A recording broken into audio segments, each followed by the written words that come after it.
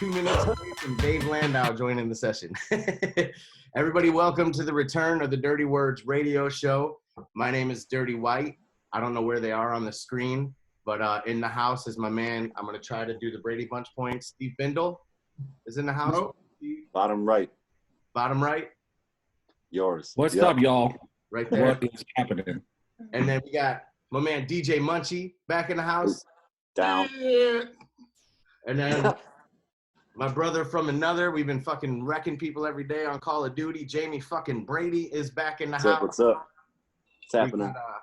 We got Dave Landau, amazing stand-up comedian. Just had a huge special on Comedy Central. He was killing it. He was part of the Artie Lang podcast, and then once he decided to, I'm sure Dave will tell the story. Once he decided to snort broken glass, he had some. So basically, Dave took his place on the show. It's the Anthony Cumia and Dave Landau podcast. And in the waiting room right now is my man Darryl McDaniels, aka DMC. It's so funny that he's like more prompt than anybody I know. He beat Dave Landau to the waiting room. Sorry, I got a text while we're doing this. Anyway, we don't have much for topics this week. We just thought that it would be cool to bring the show back. You know, I've seen Big and Bigger actually gave me the idea. They're killing it by the way they're doing their show right now. I've seen some other people do it, and I was like, man, you know how much fun that would be? Like, we're all stuck home. You know, it's not like I know Steve has to work. Steve's an essential employee. So does Munchie. Me and Jamie are stuck home right now. But I'm like, man, what else are we doing? You know, like, let's bring this back for a while. Let's have some fun. Yeah. Thank God for technology, right? Yes, sir. DMC Oh, yeah. from his spot in Jersey. I can't wait to talk to him and see how this situation is affecting him on a large scale, especially since they're announcing that concerts might not be coming back until fall 2021, or now they're saying 2022. Dude, that would be some. We can swear, right, or no? Oh yeah, dude, of course. Okay, so that'd be some fucking bullshit. I'll say so. That'd be some bullshit. Honestly, I mean, I didn't go to many concerts last year, and I was planning on it this year. Now it's totally fucked up. I mean, for everybody, of course. I had one, and it's fucking Rage Against the Machine, the show that was never going to happen. Right. I'm so pissed. Hmm. Can we get some love for Munchie's shirt, by the way? Yeah. The Hey, best shirt tell me ever. what size. Look, tell me what size y'all wear, and I can get y'all some. Yeah, man, I need one. All right, man. Medium. Shit. All right, Landau's on his way, but in the meantime, man, how you guys been? I know how Jamie's been holding up. We've been like pretty much. I think we've talked half of the day for the past 2 weeks on Xbox. But anyways, Yeah, how you Rick guys been doing? How you guys been? Rick knows a couple things that's going on. Yeah. Oh yeah. Jamie, we're gonna talk about your ass later. You better not. After we get done with DMC and Dave Landau, we're gonna talk about you. That's fine. Quarantine's been okay. I've been having to keep Jamie making good decisions lately. So my man Drew is watching. What up, Drew? Sharon, Steve Yank, all the way. I believe he's on the West Coast right now. Harmony, Evan, man, all sorts of people watching. I got 30 people watching on my feed so far. I have all these different. I can go look at the Dirty Words page. But Steve, how you been holding up through this? You know what? I'm doing all right. You know, I'm getting back. I was in some self-quarantine there for a minute. We had some issues at our store, so but I'm back in the store. Retail is very different right now, so it's been interesting. It's been interesting to navigate and to just change the way we do business. So we're all learning. You know, everything's different. Biggest thing I can say right now is just, you know, patience as a shopper, as an employee. Just use your patience, people. We're all trying to help each other, you know, and to lose your shit and be an asshole is not going to help. So we ask for patience, you know. I just lost my sister. My attitude is in the shits, and when I go to the store, I thank every single fucking person I see for working. You know what I mean? Oh yeah. To break down and start crying on me. He's like, you know how bad I wish you had the rice that people keep taking, and he's like, and I was like, all these people make me feel like, man, maybe I'm blessed that I'm out of work and stuck at home. Yep. You know what I mean? So I was at Walmart yesterday, and just everybody I saw yesterday was working at Walmart stocking shelves. I'm like, thanks for what you're doing, man. I appreciate you, you know. And they were just happy to hear that from people, not so much of why are you out of this? And where is this? Just thank those people. Retail spread thin. A lot of people aren't showing up to work, don't want to show up to work. So the people that are there truly get it and want to be there. So a thank you goes a long way to those people that you see. So thank you, air high five, air hug, those things, they're going to appreciate that a long way. So, and I don't care what anybody says, man. I'm thanking everybody. Like, someone got so mad at me because I gave a shout out to the entertainment industry for putting so much content on all these streaming services and iTunes, because you have no idea how people with mental health issues are dealing with this. Right. Like having something like that as a distraction, you might as well be a fucking superhero to me, for like, because they're giving a lot of content without charging extra money. And I realize you got to spend $20 to see the new movie in the theater, but they're judging that on the average 2-person household. You know what I mean? You pay fucking $15 for one ticket, Yeah,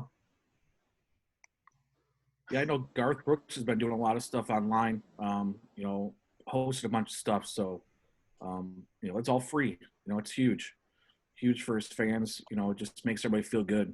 I've been watching a lot of stuff online and on TV. Yeah, a lot of people have been doing that. Goldfinger, we were just talking. Goldfinger just dropped a video today with the whole band reuniting to do Superman again. You good, Jamie fucking Brady? I was making sure my ass crack didn't show this time when I got out of my chair. Show his crack again. I'm so excited to talk to D, because like I was saying, like, we think these people have it made because they're super famous or whatever. But like, if you're a musician, even at a large scale, if your album sales and touring stops, that's going to hurt you, because they've created this lifestyle. I'm saying, big deal. Metallica's got to move into a smaller house, there's people like or like, Everlast, who aren't putting out a ton of music currently, that are going to get hit really hard for this, especially if they can't tour. Imagine being a new band on Atlantic that just came out 6 months ago. You all know you don't make any money unless you're touring. You only make money off merchandise. Record labels taking the rest. So can't wait to talk to him about that. But mostly we're not going to talk about that. And we just talked all about the virus that we're going to. Just going to hear a little bit from D. But I asked him, I said, man, him and Dave Landau, I said, yo, if you guys could come on and just tell some fun stories, man, let's just cheer people up. And that's what Dirty Words is all about. And I just smoked, so my peripheral fucked me up on my iPad over here when I saw the delayed me doing this, and I was like, what's happening over there? Your ass tripping, dog. You okay? Okay. So we're waiting on Dave, and he actually might he might end up walking in at the same time as D. I got some of my folks joined in. Hell yeah, give him some shout outs, Munch. Who's watching? Claire, what's happening? Yeah. My neighbor joined in, Josie. Hey, Josie. My boy from Personal Touch Detailing, he joined in. I'm talking loud as hell and shit. Keep out now your people. I'm trying to sing something. Oh, yeah. Who you got watching? I got some people over here. I got another device to look at, so I have no idea. Yeah. Josie got my girlfriend, my girlfriend's brother live watching us. I got Larry from the Car Club, Scott Van Loon. My boy Lashante, that makes these shirts, he joined in. Shout out to Cindy. Shout out to Josie. Shout out to Tim. Tim's he's a sound and light guy, so he's been heavily affected by this also. A lot of us, our paychecks stop. My corporate events don't start till the summertime, so I ain't getting no unemployment.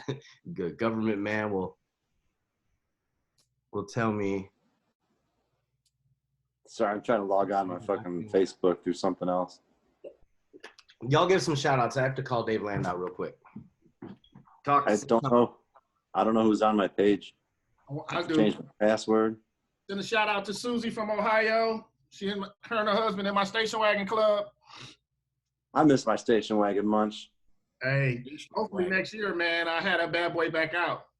You better. Yeah, I want to get another one. I miss it a lot. Yeah. My neighbor just told me she loved my neighbor. Hey, neighbor. Yes. Yeah. Man. So how's it at your work, Munch, now? You know, anybody in there? Ooh, y'all. to have the crew back. Yeah. How's your work, Munch? Is there a lot of people in there now, or no? It's just a couple people. Well, this is what's happening at my job. It's open, but it's not open. If that makes so. Basically, if you got to bring anything to the job, you got to call. They'll have a deputy come down and give you the paperwork or get the paperwork from you. It's no one allowed in the building. Only a few people. Okay. Yeah. But Yeah, mine shut down. I was off for 2 weeks. Yeah, my last day was the 19th. They sent me home. They're like, with your heart shit, you need to get the fuck out of here. I was like, all right, see ya. And then that following Monday, they shut down everything. Okay. So, yeah. I can't get into my Facebook. I forgot my fucking password. So what I did was I hit share, and then I just invited a bunch of people, and everybody that I invited, they started coming on there. So this is real cool. This is cool as hell. I'm trying to see who's in there, but I can't. Let me back out of here. It's on you guys. 2 seconds. Da-na-na-na. Forgive us, everybody. We're trying to figure out the kinks. Trying to get Dave in here. At least for a couple minutes before D. But what's cool about having these two guys together is they kind of work together and never even met. Until tonight. They're going to be meeting tonight. What's up, Susan? Oh yeah, duh. I have a new album coming out. It was supposed to come out on the 25th, but now we're going to wait till after the plague and we're allowed to leave the house again. But I have a song on the record with DMC called For Your Love, and I remembered 90s hip-hop albums always had stand-up comedians doing cool-ass skits on their records, so I asked Dave if he wanted to do the skit for that one, and we did a skit called DMC from Run DMC, because that's what everybody says. You know, this is DMC from Run DMC, like you don't know who DMC is, and, you know, we ain't talking about Detroit Medical Centers. So, hey, what up, Robbie? What's up, Marie? What's up, Shauna? What's up, Rod? So we got Philadelphia in the house. Well, Pennsylvania anyways. So there he is. We're going to bring in Dave Landau right now. Yeah. Let's let him join. This is fun. Okay, now I'm figuring this all out. Now we're getting more Brady Bunchy. Mr. Landau. What's up, Dave? He's got what's up? What's up, brother? How are you? Good, man. How are you? Good. I'm just trying to figure out this. Sorry about that. I don't know why it wouldn't work. Oh, you're good. I actually was excited to have you and D at the same time. So, you know, like we talked, I remember someone on your post said, how cool was it to meet DMC? And you said we never actually met Right. on the same thing. So I'm glad that this is happening, and it's happening so close to D. D has been in the waiting room for 20 minutes. Are you serious? Yeah. His son had to set it all up for him. So this is exciting, man. I mean, God bless. I wish I had my son here. Technology, you know what I mean? So, and I'm recording this, so I'll be able to edit it and put the whole thing on. Oh, and shout out to Diesel and Mike Scott. They had a town hall meeting tonight about the local music scene and how to bounce back after this. Did you watch that? I watched some of it. You listened? Yeah, I was listening in too. Yeah, and I'm like, you know what? I'm gonna start throwing more shows. You know, I might as well get back into the promoting game to do my part to help out when we get back up and running. You think we're gonna be able to get people out? I do. Here's the thing, like, you saw Lansing today. They're gonna people are pissed. Bars. I know they're gonna be running to the bars though, and the people that are staying home cursing them, they're the ones like me that are waiting patiently to pounce as soon as this thing is lifted. You know what I mean? Someone said, "Are you still gonna go to movie theaters after this?" I said, "Fuck yeah, I'm gonna go to movie theaters. It's one of the things I miss the most right now. I do that alone all the time, and now I can't even do that." A lot of gay porn theaters.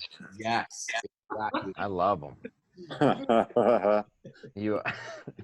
So man, there's one other guy, huh? The last time we did an interview was in my basement studio, and Dirty Words was kind of on the way out by then. I had stressed myself out running a station on my own, so I'm just gonna pretend the last time we talked was when Diffuse was in better days. Since then, you have you got that big Comedy Central special. This Is Not Happening. That one, yeah.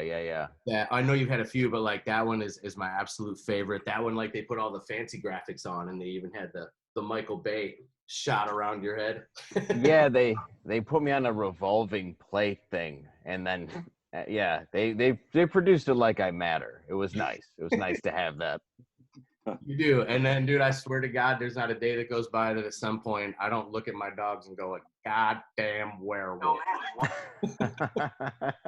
Yeah, I'm writing a book right now. I just finished it. Well, I'm going back into rewriting it, and it is about all my arrests and addiction and all that stuff. And yeah, like the full chapter of meeting the werewolf in the psych ward is going to be in there before I got sent to rehab. So it's interesting when it's like all laid out in like a non-comedy way, like just in a story fashion.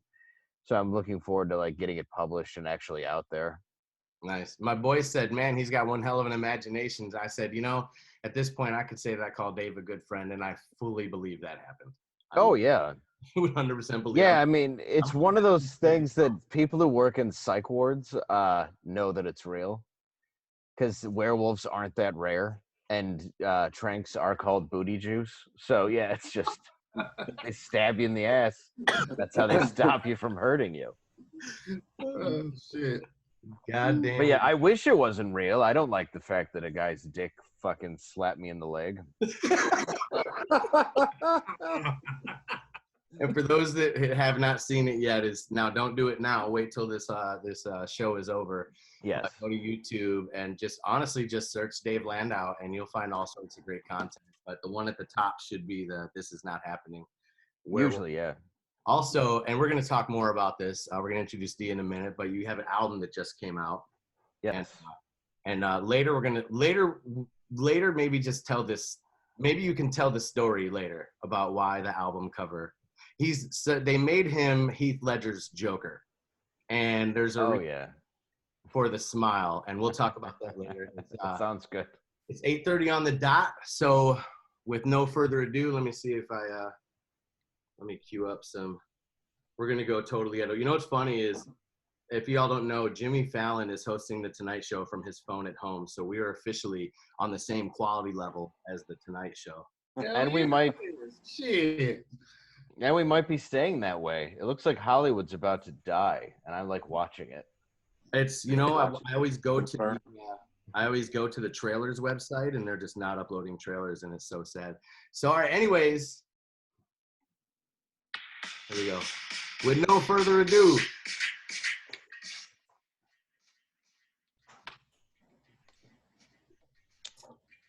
so it's the land to us, but we can't hear the music. yeah. Oh shit! Live with DMC. What up, D? You got the volume all good? There you go. Hello? DMC. Ah, there you go. DMC. What's happening? What's What's up? happening, y'all? What's up? Right? What's going on? Not much. Yeah. How you living, man? How you holding up? I mean, it's like Groundhog Day. Right? Bill Murray all day. So if he could get through it, we could get through it. Let me introduce you, because this is a new crew than you remember, but this is the crew that I went out with right here. Some of my favorite guys. The black hoodie with the glasses, that's my man Steve Bindle. What up, Steve? The cat with the Marvel hat, that's my man DJ Munchie. I love that hat, Munchie. What's up, D? Thanks. What's The guy in up? the navy blue hoodie with the beard, that's my boy Jamie fucking Brady. That's his real What's up, name. JB? JB. And the other gentleman with the Adidas style track jacket is stand-up comedian Dave Landau that I told you about. How you doing, Dave? Hey, what's up, man? Oh, what's I'm going so on? excited for you two to finally meet, because the song that Right. you and I did, Dave does the skit following, and I know Right after it, I haven't heard. When is the album going to be ready? it's done, but I'm Oh, putting it back cool. to release because I don't want to release Of course. it. You know, Yeah, So- definitely don't release it till everybody in the whole world can hear it and experiencing it. exactly, because it's an album Right. experience. I'm actually gonna And send is working and can So- buy it. Right, Right. yeah, right, Yeah. for real. and The question is, what other rock songs did you use? That's you're gonna why be I'm excited man. about You. it. You ready? You Yeah, ready? We used "Miss You" by the Rolling Stones, crazy. track with Tasha Owens. We used the Wow. song "Sunrise" by Uriah Heep. I shared it. Oh, I know about those guys, man. Fire. This one is fire. Really? Uriah Heep is amazing. Yeah, we use Eminence Front by The Who. We use Wow. Oh wow. Leonard Skinner, the video that I showed you where we paid homage to Jay. Yep. That one's Leonard Skinner. The track with us is the Yardbirds. Right. And we use one of my favorites, a song we did. I have to send you this song. It's called Change the World. And we, 10 years after, I'd love nice. to change the world. Oh. And we recorded it before all this shit happened. And the song is about violence and how shitty You should things. drop it. You should put some snippets out of that now. It's a good message song. We got that one out. So Okay, perfect. Let me hear it. We got Where can we see it? that one a lot. It's on YouTube. Just search Dirty White. It's so funny. I'm interviewing Dave Landau and DMC, and they just flipped the interview on me. I love it. Exactly. That's It's all real funny. authenticated, and it's all inspired by the first time I met D was interviewing him in Flint, Michigan, before he opened for Pop Evil, and you went on stage with Pop Evil. Yep. And then during the interview, you paused and you said, I need to come on your show all the time because you're authentic. Yeah. You know? And then talking to you about music, we started Death by Stereo. You rocked with us. You came to the D and performed with us. Yep. I did my solo joint, and this whole album is based off of my relationship with you and your attitude. So the song Love, I made this whole album for the love of music, for no other reason. I don't need you love it. I don't need to tour. You know, I got my favorite people on it. I got Dave on it. I got you on it. Got Tasha Owens, the Death by Stereo guys, you know, and it's gaining some heat now. We got nominated Of course it for the is. Music Award this year. Really? Congratulations. Thanks, and we can't go It's to it. fire. That's why it's amazing. It's crazy. Share it with the world, and people will fall in love with the music and want to see it live. Exactly. And thank you so much for all the constant inspiration, man. You have no idea what you've done for me. I quit music for 12 years, and they're like, how are you going to come back? I'm like, because if D said if he can do it, I can do it. Of course. Just So come back. Don't call it a comeback, like LL said. There you go. Exactly. So this time I skirted most of my own questions for you. I'm sure Dave, has something he might want to ask. So what I did was I left. So Dave, my question to Dave, when you come into New York?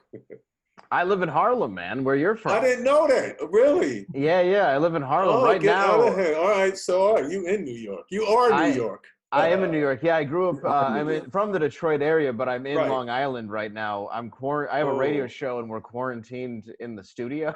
Wow. So yeah, this is like my home. Strong Island. So yeah, it's right.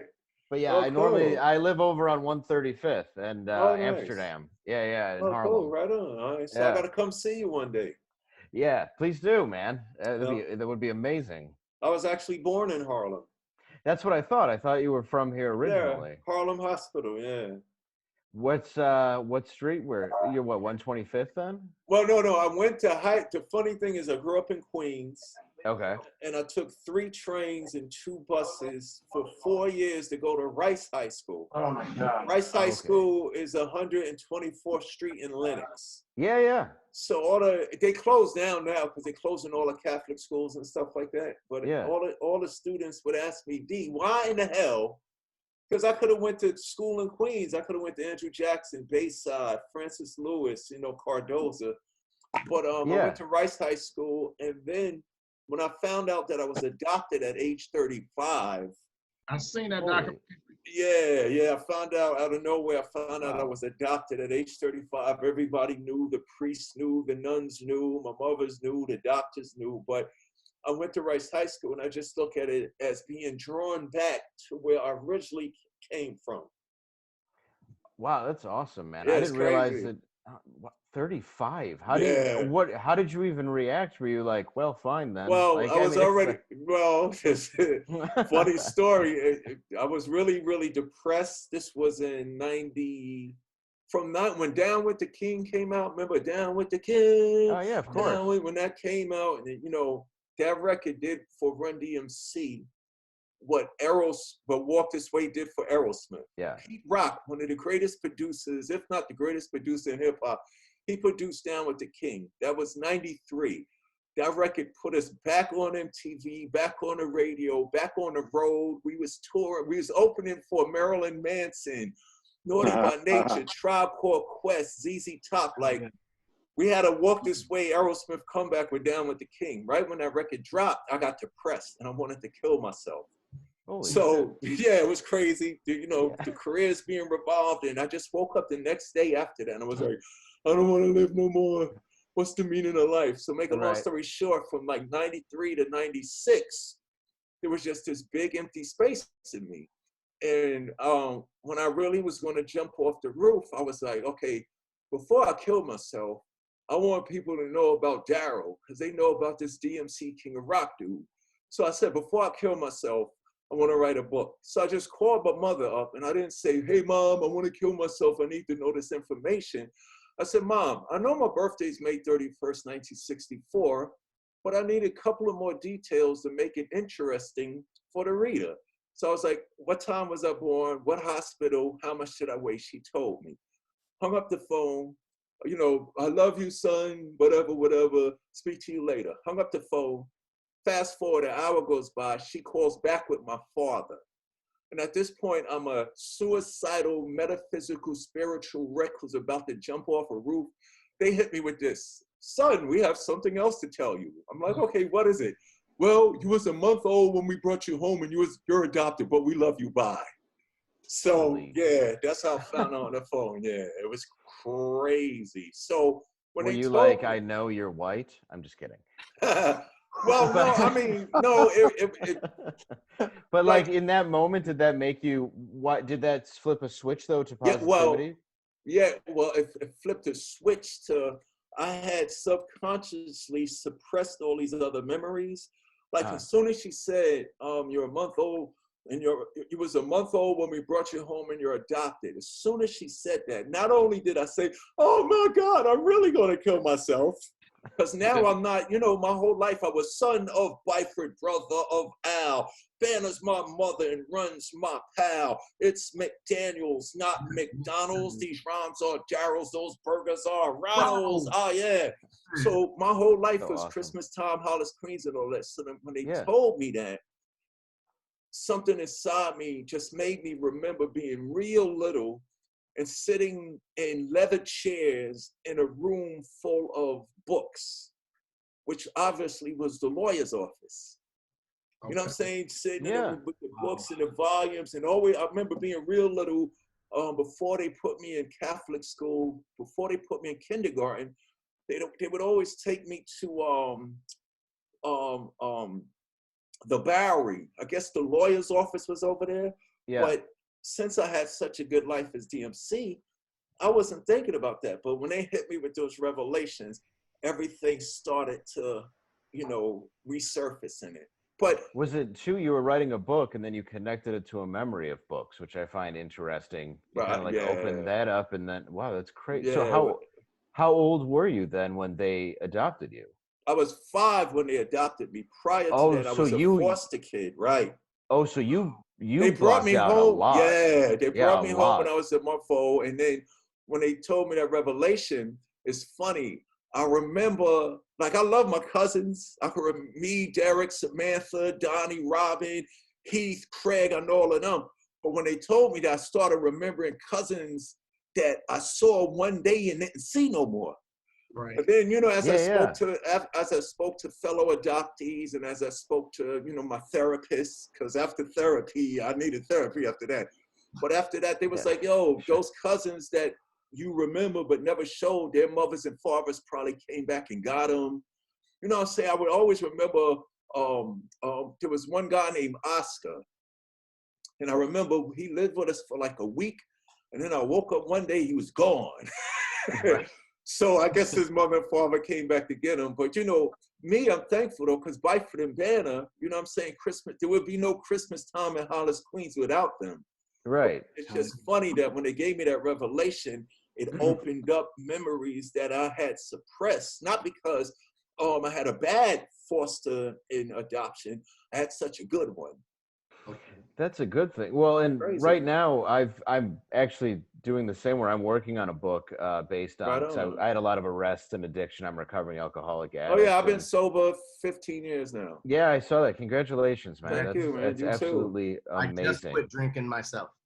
That's good. Yeah, man. We have a lot in common, man. It's cool not being high no more because it's a new high. Yeah. But see, I used to drink so much. I don't know how. If believe me, if quarantine was going on, the second that I decided to quit, I would not be sober right now. Oh so my God, it's crazy. Yeah, I would not. Think, my friend said when he goes to the supermarkets, he sees rubber gloves and liquor bottles in the streets now, everywhere. Yeah. And just recently, a lot of the churches in the hood and certain neighborhoods is beefing because all the liquor stores are open. Yeah. And all the religious people is complaining, is that necessary business to be open? You know what I'm saying? So, If it wasn't, people would be really going crazy. Right, exactly. I was gonna say it's a lot like the church. It's giving people hope. You know, I hate to say it. There's a little bit. Sometimes you just need a little liquid hope to make you smile. I mean, not me personally, because I hit trees with cars, but I mean normal people. You know. Yeah, the normal people. Exactly. We can't mess with it because we ain't normal. You know what's crazy about right now is the things that you find that make it a good day. The other day I left the grocery store and I only saw one glove in the parking lot and I found 70% of the things that I wanted. So it was a good day. Oh, that's a real good day. Wow. Yeah, it shows 70%. that it's it shows that it's evening out a bit. But I thought it was interesting that you brought up suicide, not to take it, don't mind me asking, but it's right now with people at home, and I think that going up in the depression and that sort of thing. Right. You might not still get a little bit of that. And me, I keep myself busy to try to not be depressed. As you know, it doesn't matter. It'll creep up on you. Oh, for sure. Regardless. But what is there anything you're doing to keep you from getting depressed? And I know Rick just went through some shit, so he's got to probably doing the same. Yeah, I just lost my sister. I'm honestly playing Call of Duty with Jamie every day to get my mind off everything. Like, when you lose somebody and you can't even go be with your family and you live alone. Right. I'm in my hardest days right now, but I'm getting by because of these things. And y'all coming on the show with me tonight is helping me a lot. Oh, for sure. But I'm sorry about that. Yeah, no problem. It's funny that you asked that because it's not like it doesn't happen again. Like when I speak to people, I let them know, it's not like you heal, but it's not like you get cured. Right. So what I've learned to do is like, when it does come, whether anxiety, depression, doubt, fear, whatever, what I've learned to do is, it's funny, I sit there and I receive it and experience it like I just took a sip of bourbon or a puff on a joint. Because it's just emotion, it's a feeling, you know what I'm saying? So when I feel myself going there, like some days I do say it's funny, but it's in a lighthearted way. People say, I love the way you talk, D. Some of the days, I wake up and I still say, damn, what would happen if I killed myself right now? And then I gotta go, no, what the hell am I saying that? But then I don't get ashamed for feeling that, because everything is about feelings. And if one thing I say, if you don't admit how you feel, whether good or bad, you never heal. Yeah, and I say that to people. Makes so much sense. If you feel fucked up, say that shit. Yo, I feel fucked up. Like, there's nothing wrong with a person saying, I feel like killing myself, because that's the way they feel. What's been wrong since this world has been in existence is how people react to that person. Because they'll go, you weirdo, you psycho, you nutty. Or they'll go, the worst thing you could do tell a person that feels a certain way is don't feel like that. Like when I was depressed, Reverend Run, praise God, and Jam Master Jay, rest in peace. They would say, D, don't feel that way. You're DMC, you're the king of rock. So since they didn't understand that, I felt like that. I can't tell nobody on this link right now, don't feel hungry. If you're hungry, what do you feel? I can't tell you if you're tired, don't feel tired. So Run and Jay would tell me, D, don't feel depressed. Or they would go, you shouldn't feel depressed. So by not understanding my feeling, I would alienate myself from them. Of course. But that's the worst thing you could do, because now they're at the Marriott, I'm at the Hilton, I'm all alone. So now I'm laying there going, I'm the only person in the world that feels this way. And since I'm thinking that, I go, I want to kill myself because you feel all alone. But then I realized once I started speaking, like you just opened up, you revealed to me, yo, I'm an alcoholic too. Yeah. So when I realized there's a billion of us, I'm not alone. But it rhymes. Like I'm one of the greatest rappers ever. If you don't admit how you feel, whether good or bad, you never heal. And I don't care what it is. If you remove guilt and shame, you remove the pain. Yeah. You shouldn't feel guilty. You shouldn't feel ashamed about it. That's 100% it, because that's what we do is you shame people. And when you tell somebody how you feel and then you get anger at you, like, I wouldn't even come to your funeral. It's like, well, that's going to make me want to live. Thanks. I appreciate the support, you know. And then you see how that works. And then you thinking, because you crashed the car. Look, I drank a case of 40 ounces a day. 40-ounce bottle. I didn't, a day. A case? A case. Like most people the era two. when you were rocking them combat boots and Dickie out. Yeah, yes. I would do a case of Old English a day, 40 ounces. I would do the 30 ounce of Milwaukee's Best, so we were shitting the same. I'll tell you that much. Yes, we were. Yeah, you're shitty drunk. Nobody knows about pissy drunk. That's one thing. Everybody go do that. Being shitty drunk is a whole nother level. Yes, sir. Like what you were saying about, you have to tell people.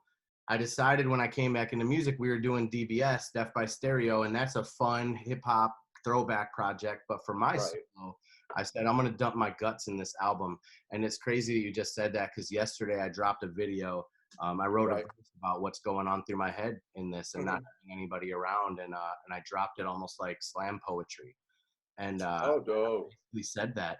And like, but the craziest thing is the one thing that's keeping my head above water is I just seen my parents lose a child. So any of those thoughts, I've had them at the beginning of this, like, man, I'm not going to make it through this. I'm not. And then we lost my sister and I seen my parents hurt. And I'm like, no, I'm going to be here until I die naturally, because I can't. Exactly. You got to be here because, regardless of what we went through, we have to share our stories, because at the end of the day, your story could save somebody's life. It's the bottom line. Right. Just you too. Like when you just told me that you was alcoholic. Yes, me too. Right. You know what I'm saying? And it's nothing to be ashamed of. No, it's the common bond that everybody has an issue. There's either people who really hide it and want to, the people who don't have any issues are the ones who are really hiding it on the inside. For sure. Yeah. Because at least you can identify with people where I'm comfortable if I meet someone and I'm like, oh, they're drunk, they're this, they're that. Right. When it's easy to identify, but it's so hard for you to tell the truth to yourself. Yep. For sure. And that's why admitting it, like, and Rick even saying it now, or when you saying, you admitted you wanted to die that day, and then something happened where even you making that call may have been the thing that just held you back for a moment, whatever it was, because how the mood can shift for 1 minute. Sure. And what I learned too, getting older is, and it being in entertainment, if you avoid the jealousy to other people and being envious, you kind of take all that out of your life and you kind of just focus on you and stop comparing yourself. You really start to be happy because you're finally living a life for you, as opposed to trying to live up to this expectation that's not real, Exactly. And that's, I think a lot of entertainers get caught in that, because they see this. And then even when you were using, you're this huge star, but at the same time, it doesn't matter, because depression doesn't care at all. So it's still going to come at you. How many people we lose to it? Look at Robin Williams. I never would have thought in a million years. Right. That one haunts me to this day. Come on, Chris Cornell. Chester Lincoln Park. Yeah. You know what I'm saying? What's his name? Anthony Bourdain. Like, when that happened, it blew me away. But then I realized I could understand, man. I'm in the middle. I'm also in the middle of writing a song right now of how it feels to deal with it being an entertainer. And one verse is going to be about how I feel when I have these DJ gigs with people barking in my face, all these disrespectful things, and how it feels to go on and do a show when you have these things in your head, but you have to go make other people happy. You have no choice. You got to put exactly aside. So I wrote a song about that, and the beginning of the third verse, I think you'll like a lot. I said, I laugh like Robin Williams. I smile like Chris Farley, but I'm dying inside, so I'm higher than Bob Marley. Oh, wow. I like it. I love it. That's one of the most powerful things I ever wrote. And then it goes on. I mentioned people through the whole verse and putting in light how people thought of them and never, never imagine what they're going through on a personal scale. You know what I mean? It doesn't matter for sure. You're right, Dave. You nailed it. You know what I mean? Like, they don't care about your status. You know what I mean?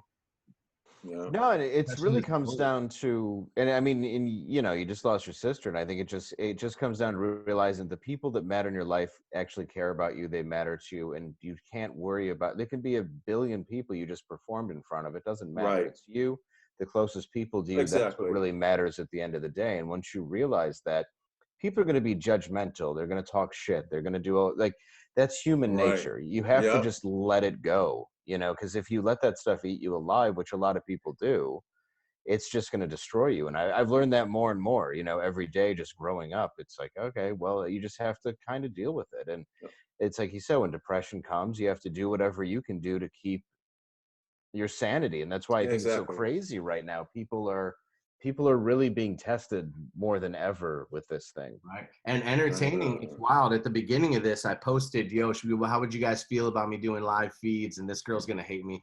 She said, it'd be a waste of time.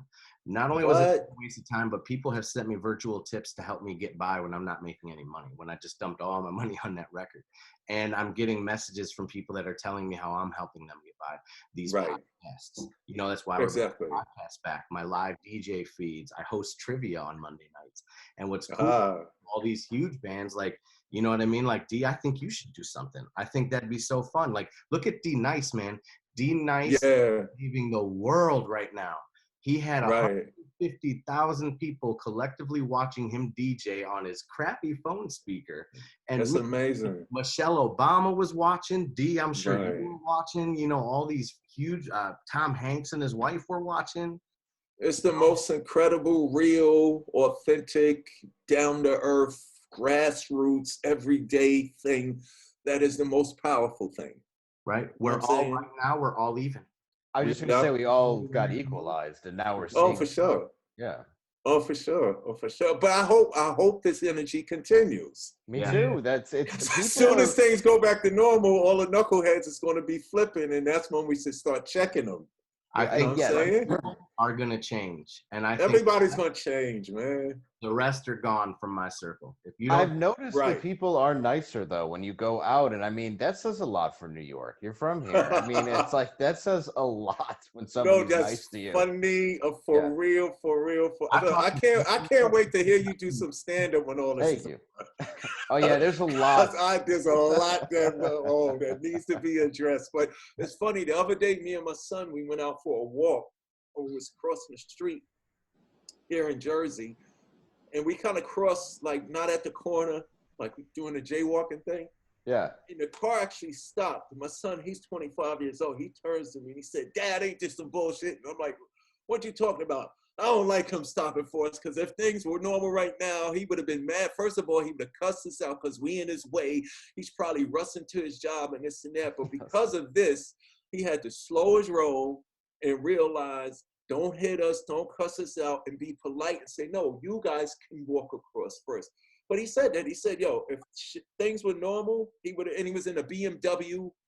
He looked like a guy that was, going down to the Jersey Shore to do whatever it is they do down there, and his money and stuff like that. But because everything is even now, he waved it. He was young, and he waved us across. Yeah. Like, go ahead, but I love my son for saying, "Dad, that's some bullshit." If shit was normal, he in his BMW, he got his money, you know what I'm saying? But you can't, if you walk when you're supposed to in New York, they lay on the horn. It's like, there's cars that just drive at you and you're like, he's not even gonna slow down. It's like, you just play chicken every time you cross the street. we was on our way to a Ranger game, and we was at the light at 34th Street and the West Side Highway. Yeah, my studio's 35th, yeah. Oh, I gotta come by your studio then. You should, please. I will, for sure. So we sitting at the light, See, It's when a I red told light. Artie Lang's job, I meant it. You really took it. As soon as the light turned red, this guy beeped. Bump. So you know what I did? I sat there. Yeah. I'm like, the I was gonna best. go. I'm talking about as soon as the light turned green, bump. Yeah. My son was like, yo, what? I said, okay, we're gonna go up. I sat there, I said, I dare this motherfucker to come say something to me. But he got the picture. But, you know what I'm saying? The horns the horns when you first move here, you're like, what is wrong? And then after a while, it's just background noise. Then you have people from other cities and you get shouldered a lot. Yep, Like, I'm gonna whoop somebody's ass if I get shouldered again. It's like, dude, you gotta get used to that. Like you're gonna be mad all day if you don't just get used to the fact that you're gonna exactly. You're gonna and now you're now you're Me- walking around where people don't want to touch you. I'm like, that's not that bad. It's not If that you bad, go out exactly. for a minute, you know. Yeah. All the mean old ladies at the supermarket stop when they see you at the top of the aisle. Yeah. They look up at you like you Bigfoot or something. And Yeah. Old lady. Yeah, Here I come. Yeah, you're vulnerable. I'm fine. Right. Exactly. me and Hush from Death by Stereo went to Brooklyn last year for that Yo MTV Raps anniversary show. Which How was that? You went to Oh, Barclays, right? Barclays Center? Like, there was 20 people over they advertised that came out, man. It was wild and it was so dope. We met half the cats and but we got that. And by the way, we got to hang out with Kaz at Soundview for a couple hours and chop. Oh wow. Yeah, That's crazy. He preached us the history, man. He told us all. He told me everything up until you. And I was like, D told me. Wow. Hell But yeah, so I saw that, you know, like Hush was wearing a Brooklyn Nets jersey. We're walking by and this peddler in Times Square tries to hit us with those, hey, you want some Comedy Central tickets? Some Comedy Central? You want some? We got them, you know, that guy? And Hush says, no, we don't, because it was our last day. He goes, we don't got the money. And the guy goes, take that shirt off. He ain't from New York, punk. Hush. What? Hush is 6-something. Hush turns around, he goes, I'm showing support for your fucking city. I'm from Detroit. This motherfucker was like, sorry, B, sorry. He's like, I'm showing respect to y'all right now. We would never clown you for wearing a Detroit shirt in Detroit. Like, y'all are in another level of anger. Wow. He didn't expect to stick around. He was like, okay, I guess they are from the D. They actually stopped. Right. Oh, Yeah, plus, I'll tell you exactly. right now, those tickets were for LOL Comedy Club, and the dude saying that she was an attempted comic, and that is the worst place to see comedy. Really? Yeah, there were like, I like 15 of them, man. They were like zombies. They're like Comedy Central, Comedy Central. That's what I'm kind of gonna like that now. If people can't hand you stuff when you walk down the street, Yeah. like, sorry, man, Corona. I'm gonna kind of enjoy. Please catch this. Yeah, yeah. Please take it. Like the guys in Times Square are hawking their mixtapes. Oh yeah, and just Elmo grabbing kids' asses. Like it's such a hellhole. Exactly. Yeah, I love the city. That's the thing. Like, I love New York, but Times Square, I just, it's not for me. Nah. Gotta go downtown. Yeah, but I like Brooklyn. I like Queens. But yeah, when you're in that main hub of Times Square, it's the worst. Brooklyn, Bronx, anything of it in Times Square. Mm-hmm. So D, I had what I was gonna say earlier is instead of me, because I've asked you everything I wanted to ask, and yes, you know, we've had conversations and such. I asked my Facebook crowd, you know, a lot of my friends, like, what do you guys want? Oh, okay. And I had a couple really good questions. All right, let me answer them. Why the two variant album covers for Raising Hell? That was Profile Records' idea, but it also symbolizes the duality of Run DMC, hip hop, and rock and roll. Oh. So it wasn't like whichever one you like. If you like hip hop, you could go with the purple, you could go with the green, but it was to symbolize the duality that Run DMC represented with the rap and rock. So I thought it was kind of cool to do that. You guys did Ghostbusters too, right? Yes, we did. That's what I wanted to ask was who pursued you about doing that? Was it like Dan Aykroyd, Ivan Reitman, or who came to you about it? Was the producer guys. Okay, so it was like Ivan Reitman and like some of the producers. Yeah, because you know Run DMC was popping around that time. Oh yeah. So No, I we mean was I like, saw "Oh, it. cool." I saw it in the theater with my grandma, and I remember the song blaring at the end of it. And like right before this interview, I'm like, wait, that was Run DMC. Yeah, Because Run you never DMC, connected with the Ghostbusters, movie. yeah, exactly. I just Yeah, listened to that 2 days ago on my way home from my dad's on Easter, a few days ago. Something strange going on. Yeah, it's Yeah. crazy because now when I do the Comic Cons, I get people coming up to me and having me sign the Ghostbusters soundtrack CD and LP. It's crazy. That's awesome, though. I forgot I did that though. Yeah. It wasn't until I started doing Comic Cons that I was like, yo, I do remember doing that. You had 2 boxes of 40s that day. You're like, I don't know. I don't know. I don't know. As long as you got 40s at the set, I'm good. Yeah. Ice cold. Yes. Yeah, that's a cool thing, though. Yeah, we did Ghostbusters. I don't know if you saw the whole interview that we did, but one of my favorite fun facts is Dee told me it was Jam, right, by Michael Jackson. You guys were originally to be the we was going to. Well, we wasn't. No, Michael. He eventually made Jam, but Michael Jackson wanted to make. Imagine if this would have happened. Michael Jackson wanted to make a song like Peter Piper. Imagine that. Now, he was so brilliant because when we met him, he used to own the studio on Santa Monica Boulevard. It was either Sony studio, or it was Wasn't it Phil Spector's at one point? Yeah, you know that famous studio? Yeah. Michael, like he was buying up everything. Yep. He brought that, so it was his studio. This was 1980. Was it in 86? No, it was after Raising Hell. It was like 87. So he calls us to the studio, and he's like, Run DMC. That's how he talked. Run DMC. I love you guys. It's really cool. The record that you made with Aerosmith and Steven Tyler, the Walk This Way thing. But he said, I don't want to do that. He said, I want to do something like this. And he literally started doing Peter Piper with his mouth. And it sounded like the record. I swear to God, Michael Jackson started doing the beatbox. Y'all see him do the beatbox on interviews and stuff like that. So he starts doing the beatbox, and it was like the damn Peter Piper was playing. And I was like, damn, he give Dougie Fresh a run for his money. Yeah. So he starts doing and then he starts humming and doing this little singing thing. So it was going to be a record with the energy of Peter Piper, the 808 kicking, some crazy scratching, Michael rapping, like he had bars, and me and Run rapping, and Jay scratching. It would have been ridiculous. But eventually, the joke is, they like, yo, why y'all never made the record with Michael Jackson that he wanted to make with y'all? I said, oh man, we was too busy for that motherfucker, man. Yeah, I said we was too, but we kind of was. What happened was we had the meeting with him, we talked about the record, and then every time he would call us to come do the record, he said, yo, Michael, we sorry, man, we in Japan.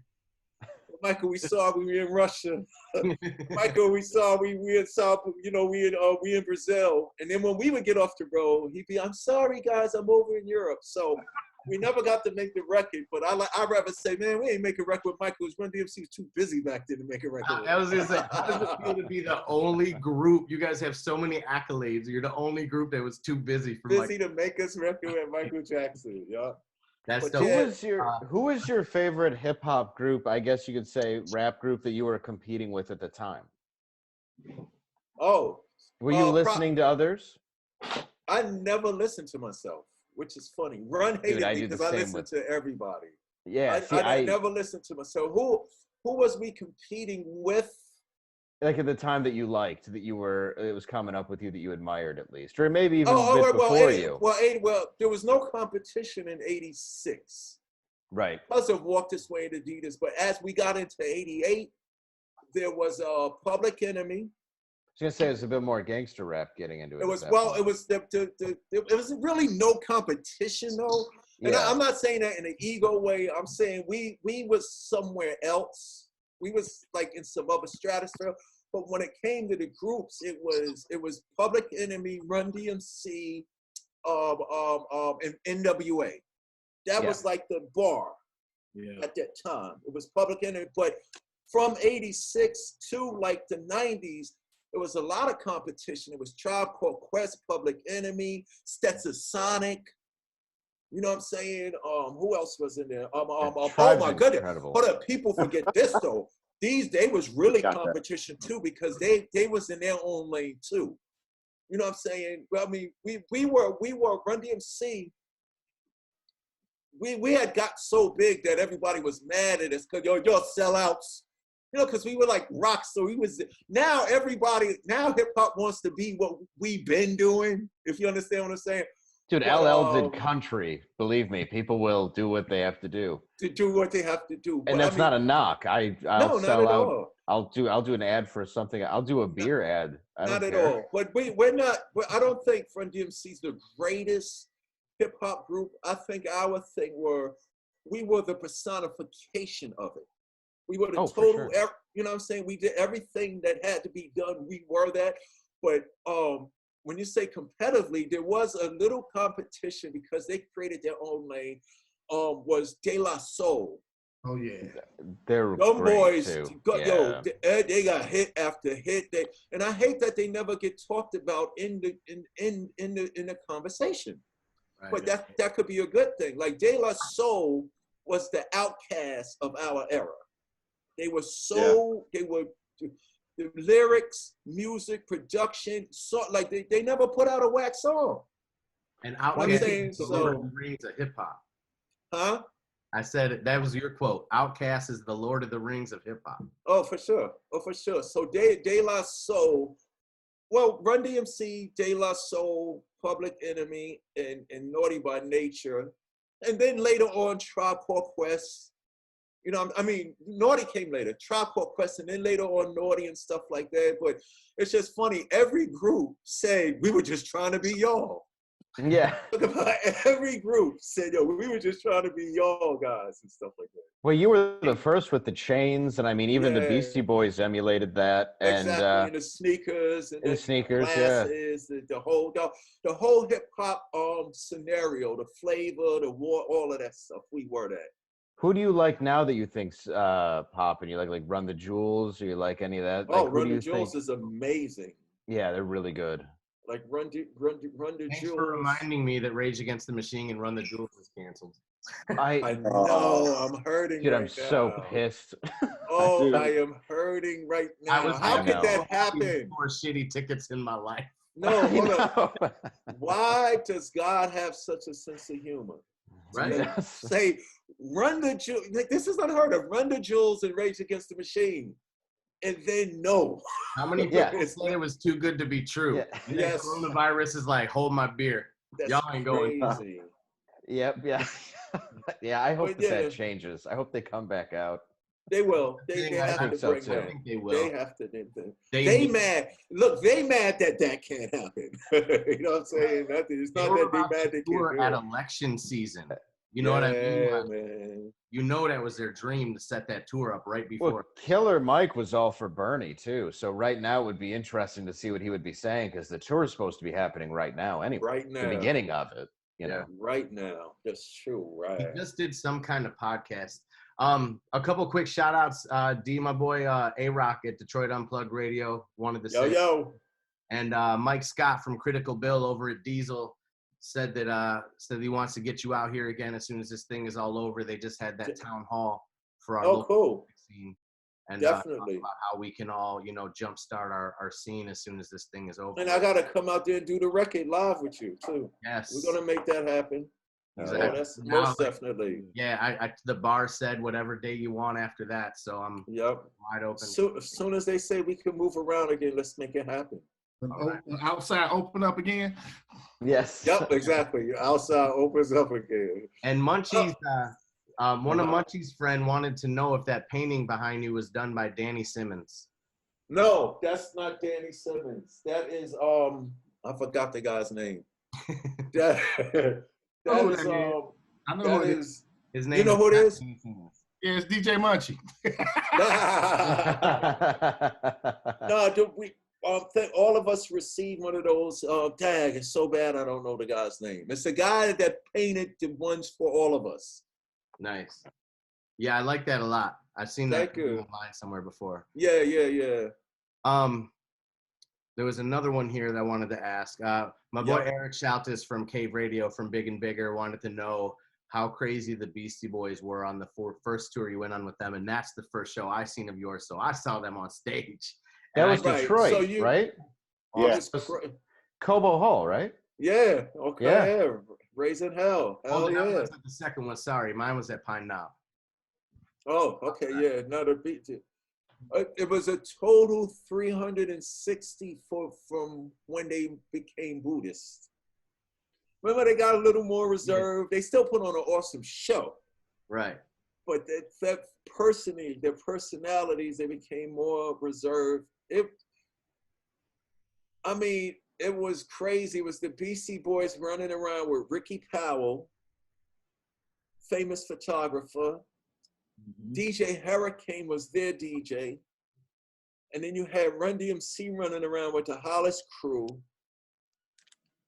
It was, oh my God. Put it like this. If it's the Three Stooges high on angel dust. If I had to describe it. Game over. That is the perfect. I'm putting that in my head right now. The Three Stooges high on angel dust. It is. Yeah, that's how I got to describe it. It is interesting. It is interesting how you say the rock mix too into that, because the Beastie Boys with you, I mean, they were a punk band. They were a sort band. of fell into rap, you know. Right, and, they were a band. Yep. Yeah, and like that you're was saying, called Cookie Puss. Remember that? Yeah. Cookie Puss. Okay, yeah. At the tape. And yeah, Adam Yaunt was the one that got kind of Buddhist when Mike D was and the Ad Rock were still kind of a little crazy then, right? Yeah, they were and crazy. And then they all eventually mellowed out. Yeah. But yeah, it was crazy. We had did Slow and Low. When we recorded Slow and Low, we didn't put it on the Raising Hell album. I have that now, by the way. You got the original version of ours? Yeah, your version. It's wild. Yeah. So we laid that down, and it was like, oh man, we're not gonna put this on the album, but we're gonna release it as a single, whatever. But then when we listened back to the Raising Hell album, you know, Peter Piper, my Adidas, we were just so focused on that. So the Beastie Boys, we was working at a place called Chung King House of Metal. So the Beastie goes, yo, y'all ain't gonna use that record? And we was like, nah.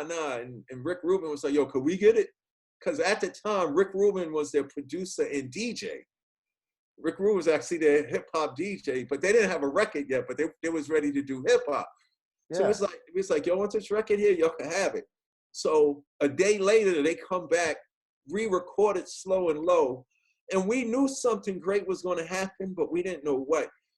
On our version of Slow and Low, I got determination, bass and highs. I see real well because I have 4 eyes, because I was wearing glasses at the time, right?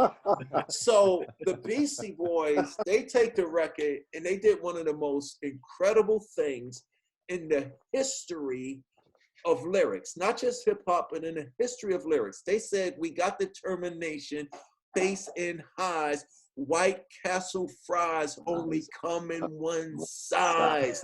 When they said that, we imagine what was going on in the studio. So they saw that enthusiasm, like, yo, we could do this. A month later, they came back to the studio with License to Ill finished. Holy crap, really? Yeah. They just went, once they laid Slow and Low and saw us, yo, oh my, did you hear that? You know, that whole thing, they just went on a creative spree. And at the end of those couple of weeks, the end of those months, they had a phenomenal album called License to Ill. That album was really remarkable too. Amazing. No, completely amazing. Everything on that album. But it was funny, like you said, Dave, they were a punk band. Initially. Yeah, it was all the same emotions, but a different presentation. So that's why the BCs was able to do it, because, you know, they wasn't trying to be Run DMC. We gave them the directions. This is what you do, but they did it the way that they were supposed to do it. And that earned them a lot of respect. Yeah, I think they did it out of love. Stuff now. Yeah, they do. Yeah. Yeah, it's great. Oh, for sure. Hell yeah. And it seems they did it out of love. Progressed as well as musicians over the years, you know. Oh, hell yeah. Yeah. Because in their show, remember, they used to just only do DJ. Eventually, they got to the point where they would stop the DJ and they would pull the instruments out and start playing live. You know what I'm saying? So everything that Run DMC presented, you know, everything that inspired Rage, everything that inspired Korn, everything that inspired Limp Bizkit. I was speaking to Derek at Sum 41. He blew my mind. He came up to me and said, yo, we were little white kids growing up in Canada, and when we heard King of Rock, that's why we started the band Sum 41. Like, you would think they would be walk this way. They said, nah, D, when we heard King of Rock, that's when we started the band. But everything that we presented, and you got to understand, MTV was very influential on the outcome of hip hop, because they put hip hop in everybody's living room. Right. It wouldn't happen. MTV Raps. MTV, It was that was like a blessing, and they put us up there front, so everybody from Japan to Germany to Compton to New Rochelle, you know what I'm saying, to Beverly Hills, they was able to experience it. So the Beastie Boys were huge hip hop fans of, you know, Africa Bambaataa, Zulu Nation, Grandmaster Flash, and the Furious Five. So they coming up as a band with their musical punk and rock influence. And then they started noticing, oh shoot, a lot of these DJs, some of the breakbeats they use are the rock records. You know, Walk This Way was a breakbeat. Billy Squire's Big Beat. Just like you said, Dirty, Miss You. You know what I'm saying? Queen, another one, Bites the Dust. So we all were doing the same thing. But I think Run DMC was the poster boys of, we all could do this in whatever way you want to do it. Well, yeah, you absolutely were. And I mean, if you influence that too, which, I mean, they've already said, the Beastie Boys, that you did influence them. And I mean, even when they went on the road, they still had a little bit of that punk mentality with Bad Brains. Yep. You know, like Bad Brains and Beastie Boys was my first concert.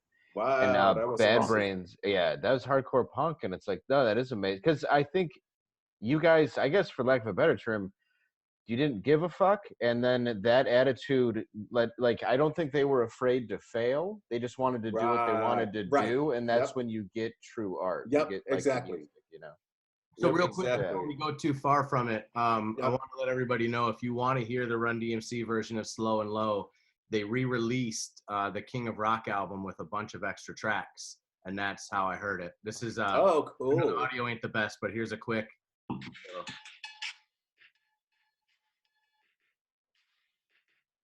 Yeah, it's delayed, bro.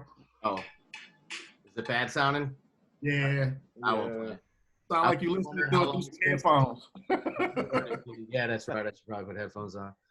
But, DMC. It was really cool to hear, because I didn't know that. I never knew that until a year ago. I was like, man, I kind of knew everything. No. Right. Do you remember being here in '97 at Harpo's? Yes, I do. I was there. Yes, I do. I do. 100%. Was that the one with ICP? No, that was with Dougie Fresh was there. Okay. It was Dougie Fresh. Yeah. I remember that show. I didn't go. I wanted to so bad. Really? Oh my god! I remember the marquee. How was that? Had to be amazing. A good friend of mine's in that group through that. We was there, man. That was a dope show. Yeah. That was an earthquaking show, man. I remember that. We mentioned this before when we did Dirty Words before, but I'll never forget that you guys stopped the entire show to break up the one fight that happened. Yeah, remember that? They stopped the whole show to say, "Yo, we ain't playing until y'all hug it out." Didn't even know Harpo's. There was just one fight. They said, "You want to fight?" Dude. Yeah. Yeah. But that was actually a powerful moment. Yeah. It was like, what? Oh shit, they really not fighting too. Like they stopped. Y'all were in a sketchy area for that show, so I was surprised the fight stopped. Oh, it was ill. It was ill. And that was Jay. Jay was the dude. He was on the mic. He was like, yo, so then me and Run chimed in and shit like that. I remember that. That was a powerful moment, man. There's not a lot of things I respect more than an artist that stops the show for any wrongdoings in the crowd. Right. Who was it that stopped their show because somebody was groping? The guys in the mosh pit were groping on a girl. Corey Taylor. Oh, Yeah, yep. just recently. Yeah. Yeah, he flipped out, and then Axl Rose face kicked the security guard for punching a fan. Yeah. You know, one time in my life, I told somebody on stage if they didn't stop fucking around, I was gonna Axl Rose them. They were like, so Rey Mysterio. I did have one question that I knew that I wanted to ask is Okay. because you know we all know how this is affecting the entertainment industry, but now they're announcing that there might not be anything large scale for a couple years. So I was curious, and you know, like people out here are just assuming that you know you guys have it made. You know what I mean? Like anybody on a larger scale, but I feel like this is severely going to affect anybody on a larger scale also. Everybody, yeah, for sure. It slows up everything. You know, what we're doing with technology now, like what we're doing right here, everybody's doing it now. Yeah. And when things do get back to normal or somewhat normal, I was just doing an interview the other day with some students, and it was like, maybe what's happening now is something extra added on. Because, you know, like what we're doing right now, it's going to get better and better and better. More ideas of this. It's going to sound better. It's going to start looking better. You know what I'm saying? Probably going to have avatars and you know, all type of stuff going on. I think this is a learning process for all of us. But I only see people. See, you can. Yeah, exactly. I just hope that we can start really putting real value and attention to the things that are always here. Like this, we've been here. You know what I'm saying? Now everybody's starting to see that. But I think that we still gonna have to find a way. Well, it's crazy if you can't go do your stand-up in a theater with people sitting next to each other. So we're gonna have to perfect the experience. If imagine if I have to perform the rest of my life in a room in a studio and then give it out to the world. There's nothing better than human contact, and I don't think this earth is trying to prevent that. I think this is a wake-up call for real attention, to have innovation, to value what is special, necessary, and fun again. And not, and you know what I'm saying? And that's another word I want to, like, I don't want to critique another person's creativity, but there's a lot of bullshit out. Yes, you know what I'm saying? Let's just talk about it. There's a lot of bullshit out right now. Just call it out. There's been so many people just allowed to make it's been so over. Yeah, it's been so oversaturated everything that I think this might help it rise to the top. The stuff you actually want to see. People see, oh shit, there's really good quality stuff. You know what I'm saying? Because people. How did the bullshit get to the top? Yeah, I think most people are now watching all of Netflix and just going like, "This is all shit," you know. And it's like not all of it, but like you know, this. I watched about 3 great series. Everything else is just filler. That's what I mean. It's all been done to they're just throwing stuff at the wall to figure out what they can do in this failed attempt to like please everybody in a very PC world. And it's like, it needs to go back to quality. And I think that's going to be part of it. Is this will start building the niche markets for people to actually build their own fan base. Right. And try to create and something get that out, actually matters. Give out some really good down home, good cooking, gourmet, whatever, from comedy to music to movies to TV shows to everything. You're right. I try to find the silver lining in anything, especially lately.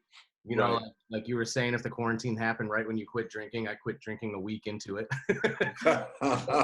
I'm just trying to find things, and I've found that it's like for instance, when Bill Weathers died, that was horrible. But we're in a time right now that we needed to share Lean on Me. Look at that. I saw the silver lining. I said, Mom, Bill Weathers died and that's horrible, but now people are going to share Lean on Me. Yeah. I wish they more, but people are too worried about this. So it's like his death went under the radar. But, you know, like I'm learning that this is giving independent artists like myself a chance because right. Goldfinger is performing the same way I'm performing. D Nice is leaning his phone on something. Now, you know, and we all thought Jeff had Corona. Remember, everyone thought Jazzy Jeff was lose Jeff, and he came back swinging. He went out DJing, set up the same way I do. You know, I got these local DJs in Michigan, like, bro, you got to plug into an iRig or something. I'm like, have you been watching these feeds? Look at the Primo and RZA battle. Oh, amazing! Yeah. You know what? It gives everybody an opportunity, and it puts everybody on the same level now, which is the way it's supposed to be. Like, even though Run DMC was so-called the greatest of the time, you still had Public Enemy, LL Cool J, Eric B. and Rakim. Like, we all were great. And I think this time is for all of us to do what we're doing right now. Get back to the communication. Look, 1988, there was no better tour than it was Run DMC, Eric B. and Rakim, Jazzy Jeff and the Fresh Prince, big shout out to Will Smith, EPMD, and who else was on the tour? Run DMC, Eric B. and Rakim, EPMD, Jazzy Jeff and the Fresh Prince, and somebody else was on this tour. Public Enemy. Were you guys headlining too? Yeah, we were headlining. That's what I thought. Yeah. This is the coolest thing. We all standing on the side of the stage, and Rakim is on. So it's APMD, Run DMC, Public Enemy, and Jazzy Jeff and the Fresh Prince, and we all standing there watching Rakim, and we all standing there going, "Damn, man, we can't do that shit." Like, imagine that. We looking at him in awe. You know what I'm saying? We all like. And everybody just went back to their rooms and thought about what they could do the next day to bring that same greatness or that same level. So what I want to see now is when it does come back to normal, I want to see great movies and great scripts and new shit and fun. I want to see fun shit again. You know what I'm saying? Because it's the shit, everything that you love, every memory from music to TV show to whatever it is, was always an experience. That one little moment, but that one little moment lasts a lifetime. Yeah, man. You know what I'm saying? It ain't about, who was hot last week, this and that. This is bringing out those one special creations, products, whatever it is, that are not just for this moment, for eternity. And that, that's what I am. Dave, to answer your question, the greatest hip hop group ever that the world doesn't know about, to Run DMC, is the Cold Crush 4 MCs. Dirty Right, no, Grandmaster Caz. Grandmaster Caz is the guy who wrote Rapper's Delight. Okay. He's one of the first DJs ever. Like, he's right up there with Grandmaster Flash and Theodore and all of them. But he had this group called the Cold Crush 4 MCs. What Run DMC's presence on stage is because of these four guys. It was these four dudes from the Bronx, had a Puerto Rican DJ named DJ Charlie Chase. Like, they were just phenomenal. Yeah. And when I was in 12th grade, when I just heard a cassette tape of them on a boombox, and just hearing that and feeling that and experiencing that allowed me to be who I am to this day.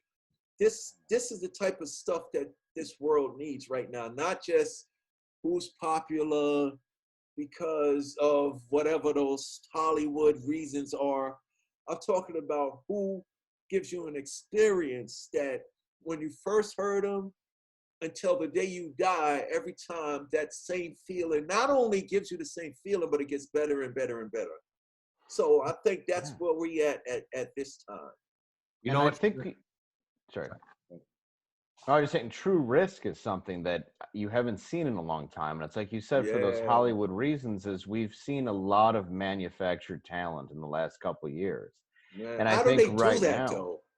Like, I don't know. It's insane. Like, we used to come, all of us. Sad. Yeah, I don't care who you are or where you from. We used to call out the bullshit. Yeah. And then the people and the masses and even Hollywood would get behind us not to let it happen. Yeah, and instead they're like, let's buy. I think, you know what I'm saying? And I don't want to say the PC, but we became this takedown culture all of a sudden, where we Really? wanted to destroy everything and attack everybody and worry Really? about what everybody says. And then Right. every major network was like, let's just play everything safe and try to cater and make stuff up that's not even. And they Right. just became so confused and convoluted that everything that was getting created was kind of bullshit. Yeah. So the idea of this Right. risk or anything new, like when you guys came out, it was brand new. Right. You don't see anything new. And I Right. think we That's have true. to look back to be able to go forward at this point, because we That's got so true. lost. What's that rapper that passed away just a few months ago from that overdose because he was worried about Juice World. Yes. Yeah, That Juice WRLD, one, yeah. his girlfriend or his wife came out and said that they were enticing him with pills. I have this theory, D, and I've wanted to run this past you, and I think this thing is going to shut that down.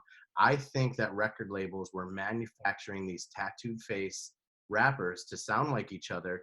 You know, you don't want someone like you or anymore, or Prince. They don't want someone with a name that can, or Celine Dion, that has enough power to take control of their music. That's why I think Michael Jackson are gone, because they got control of their music. Wow. And, that's scary too, man. Think about these rappers like Tekashi 6ix9ine. Think about Lil Peep or whatever, like a bunch of these guys. Tattoo his face, get him hooked on drugs, and let him die or go to jail, and we don't got to pay him nothing. We make all that money. Right, we make all the money and then bring the next one in. Disposable rappers. That's the era. That's crazy. And they're also young enough to be manipulated very easily by money and drugs. Oh, for sure. Oh, for sure. On a record label, like, who called the cops? All right. Who called the cops and narked on them? You know, it's funny, and we don't. The guy who got on the plane. Sorry, it's just, you're right though.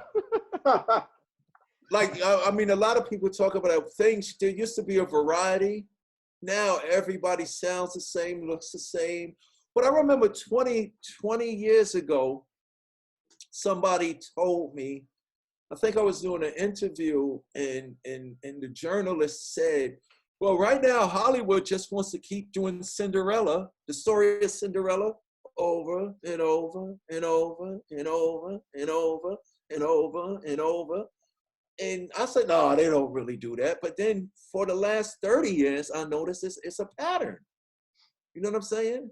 Yeah. Like I want to experience. I want to know what Dave did when he was 8. Right. In a movie. Like, I want to see that. But now it's like they rewrite, somebody said this, they rewrite Cinderella over and over. And this is the bad, I don't like to say names, but this is what they said to me. They rewrite Cinderella over and over, and they stick Jennifer Aniston in the movies. You know, when she was popping, instead of sticking that next actress who's something different. And hip hop used to be a thing where it started happening with music, because you would see, here's an example. All right, you're going to make the record, you make the beat, and then you're going to bring Mary J. Blige, or if now, you're going to bring Rihanna to sing on it. Hip-hop used to be to your label, man, I don't want fucking Mary. I don't want Rihanna. Who you want? I want that 12-year-old girl down on my corner named Renita. I want, wait till you, and Renita would get on your record, and it would be new that Friday when you heard it, and it'd be the dopest thing ever. But what does that do? That now gives Sybil, the other girl on the block, a chance to come on. But what happens now is we bring Renita on the record. She gonna sing on my record. Then Dave, when you make your record, they gonna put her on your record. Then Dirty White, when she made your record. So you got all the other girls sitting at home where Renita's running it. And then when Renita gets played out, they just find another Renita. No, that's why you're supposed to bring Sybil on while Renita's on. Because I tell the young rappers this. They say, what's your advice to them now? It used to be get a good manager and a good lawyer so you don't get robbed. We know that. You should know your business. My thing is this. I asked them, who do you like? Well, I like Lil Wayne. And I go, well, motherfucker, are you going to put the fear of God in Lil Wayne's fucking heart to make him not want to rock the mic when you hear you? They don't even think that. They think I got to be like Lil Wayne to be successful. Yeah, no, they're not thinking, no, you're supposed to make your fucking idol leave the venue when you come on. And not because they're scared of you. You want to make them go home and come back next week so some shit to re-inspire you. Hip-hop used to do this show. Here's the bar. The next guy come, the next guy come, the next guy come. It used to go up. Now hip-hop does this. It just spreads out because everybody's doing it. Yeah. Right. Like when we were standing there in 88, saw Rakim on stage, it made me go shelter away in my room for the rest of that week till I came out the room with a new rhyme. And then I would deliver that new rhyme next week on stage. But then Rakim would come the next day and have another new rhyme to send me back to my room. Make you work harder. Yeah, right. Our presentations is supposed to inspire each other, not just, oh shit, okay. Like imagine this. If Run DMC was hot right now, everybody would be sounding and looking like Run DMC. That's what I'm trying to say. And I don't want that. And I imagine want a De La Soul. I want a Slick Rick. Imagine if the way you got hot was by going onto Instagram and trying to get as many likes as possible, as opposed to just producing it. Oh, that's a whole nother thing. You know, right. that's the problem is, you create these things that it's not even real, know, so you have these followers and then comics do it, musicians because do of it. the popularity. It's become a popularity contest and not a quality contest. Exactly. You don't even have to. Now even in your occupation, Dave. Oh, you ain't gotta be funny. You ain't gotta look. You ain't gotta rap good. You ain't gotta sing good. You ain't gotta have good stand up. You ain't gotta act good. If you're fucking popular, they gonna give you the job. That's exactly it. It's become this giant clique, and I'll show up and it's like, all right, my show's half sold out, but they're fans. That's cool. And your shit is dope. Yeah, and then some dude who's like, an Instagram influencer. I don't even know what the fuck that is, but he's selling 400 tickets for a 3:00 show, boring the piss out of the audience. He got 1 million followers though. Yeah, but they're like, yeah, I met a guy who has a lot of followers. It's great. You see how many likes he got? I'm like, what? Wow, so many people. The people are freaking out on these influencers like they're new kids on the block. That David Dobrik kid has has almost as much money as Donald Trump, and he just makes funny YouTube videos. So that's why I gave it all up with this album. I said, I don't care about any of that. I get these younger cats like, man, I noticed that you just got a couple thousand followers. I go, and I know every fucking single one of them. Yep. All of them. Those are all organic likes. Like I reach out to all these people. So I like people forget the facade. Yeah. The facade of a lot of people buy that stuff. And sometimes you got to go to Twitter audit like I do with my show. And I'll be like, all right, let's see how many people this guy really has. Okay, he's got 10,000 real followers, but he's got 300,000 ones he paid for. And Zuckerberg is so petty that Zuckerberg tells everybody when you pay for those likes. Yeah, I know. Yeah, and I even learned with the movies. I learned that when you see an ad for a movie and it says critics say this is the top rated, that's not true. They make that up. They write that shit. It's an advertising agency writing that shit. I'll never listen to didn't know that. I see it for myself. Exactly, right. Exactly. Yep. And a lot of times they get paid to come see the movie. They treat them to like a nice dinner. They do all this stuff. Exactly. Yeah, and it's like, now go tell everybody that buy the vote. They buy the vote.